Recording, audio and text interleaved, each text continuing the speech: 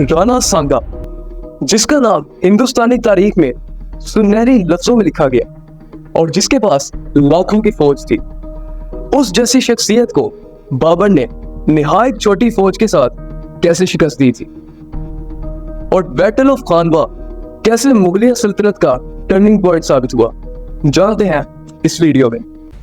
मुगलिया सल्तनत का पहला हुक्मरान बाबर, जो कि हिंदुस्तान पर कुछ हमले करके वहां की जमीन पर मुगलिया परचम लहरा चुका था, लेकिन हिंदुस्तान पर अभी भी एक बहुत बड़ी ताकत का राज था जिसका नाम था इब्राहिम लोधी। इब्राहिम लोधी, जो कि हिंदुस्तान के राजपूतों के लिए खतरा बना हुआ था, वहां के जंगजों को राजपूताना सल्तनत का खात्मा होता नजर आ रहा था। इन्हीं हालात में राणा सांगा, जो कि वहां का एक ताकतवर हिंदू हुक्मरान था, उसकी नजर बाबर पर पड़ी, क्योंकि उसको इत्तला मिल चुकी थी कि बाबर एक उभरती ताकत है और उसकी मदद लेके हम लोधी सल्तनत का खात्मा कर सकते हैं। इसी मंसूबे को अमली जामा पहनाने के लिए राणा सांगा ने बाबर को खत लिखा और कहा कि हिंदुस्तान पर लोधी हुकूमत कर रहे, तो आप उस पर हमला कर दें और उसे शिकस्त दे दें, हम राजपूत भी आपका साथ देंगे। बाबर चूंकि पहले ही मौके की तलाश में था हिंदुस्तान पर कदम जमाने के लिए, सो उसने मौके गनीमत जाना और इस पेशकश को कबूल कर लिया। यूं 1526 में पहली पानीपत की जंग हुई, जिसमें बाबर ने 12,000 की फौज के साथ इब्राहिम लोधी की 1 लाख की फौज को शिकस्त दी और हिंदुस्तान पर मुगल परचम लहरा दिया। ये सब देखकर राणा सांगा चौंक सा गया, क्योंकि उसका ख्याल था बाबर लोधियों को शिकस्त देगा और वापस चला जाएगा। हाँ, तेरे बाप का नौकर लगा हुआ था बाबर। खैर, खत पढ़कर बाबर का रिएक्शन भी कुछ यूं ही था। मैं तुम्हारे बाप का नौकर नहीं हूं। लेकिन बाबर का मंसूबा कुछ और था। जब राणा सांगा ने देखा कि बाबर तो लोधियों से बड़ा खतरा साबित हो रहा है हम राजपूतों के लिए, तो राणा सांगा ने तमाम राजपूतों से मदद मांगी ताकि बाबर को हिंदुस्तान की सरजमीन से निकाल दे। बुरा लग रहा है राजपूतों के खिलाफ बोलते हुए, लेकिन इस्लाम आगे आ रहा है। इसके बाद राणा सांगा की फौज और बाबर के दरमियान एक खूनरेज जंग हुई, जिसका नाम था बैटल ऑफ खानवा। पानीपत की जंग की तरह इस जंग में भी बाबर की फौज दुश्मन फौज से कम ऑलमोस्ट 40,000 से 50,000 तक थी, जिसमें से 20,000 घुड़सवार और कुछ प्यादा दस्ते थे और 10 से 15 तोपें।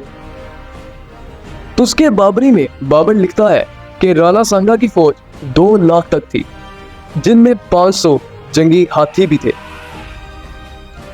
जब खानवा के मैदान में दोनों फौजें आमने सामने आई, तो राणा सांगा की कसीर तादाद में फौज देखकर बाबर की फौज डर गई। फौज की यह हालत देखकर बाबर ने एक मजहबी तकरीर की, जिससे फौज में शौक़े शहादत और जंग का जज्बा मजीद बढ़ गया। लेकिन ये बात बाबर भी जानता था कि अगर खुले मैदान में राजपूतों से जंग होती है तो वो हम सबको कुचल के रख देंगे।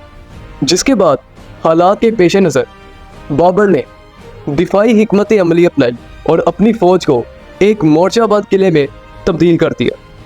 ये दोनों फौजें पानीपत की जंग के ठीक 1 साल बाद यानी 1527 में खानवा के मैदान में आमने सामने राणा सांगा ने रिवायती अंदाज में सामने से हमला किया, जिसके जवाब में मुगलिया तोपों ने करारा जवाब दिया।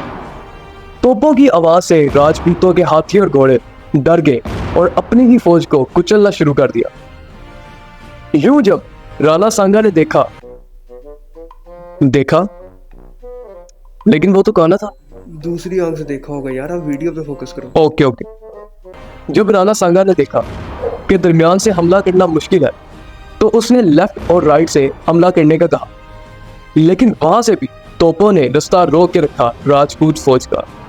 जिसके बाद बाबर ने देखा कि राणा सांगा की फौज तोपों के हमले से थक गई है, तो उसने अपनी फौज को मोर्चे से बाहर निकलकर हमला करने का कहा।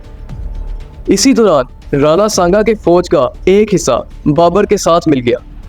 यूं इस जंग के दौरान राणा सांगा जख्मी होकर बेहोश हो गया और यूं उसकी फौज भागने लगी। जख्मी हो गया, वो लड़ रहा था लेकिन उसका तो एक बाजू भी नहीं था। वो कैसा बादशाह था, एक आंख नहीं थी, एक बाजू नहीं था और एक टक। ओह बस ओके।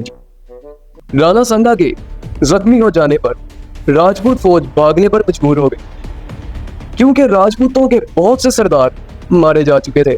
यूं इस जंग का अख्ताम भी राणा सांगा की शिकस्त और बाबर की फतह से हुआ। तो वही उस गाने का क्या हुआ? शर्म कर, ऐसे नहीं बोलते।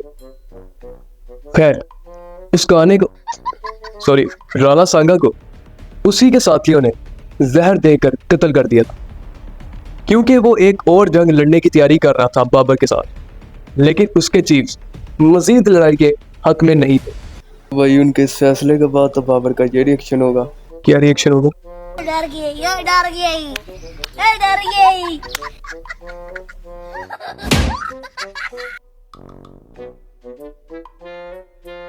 सब्सक्राइब कर देना।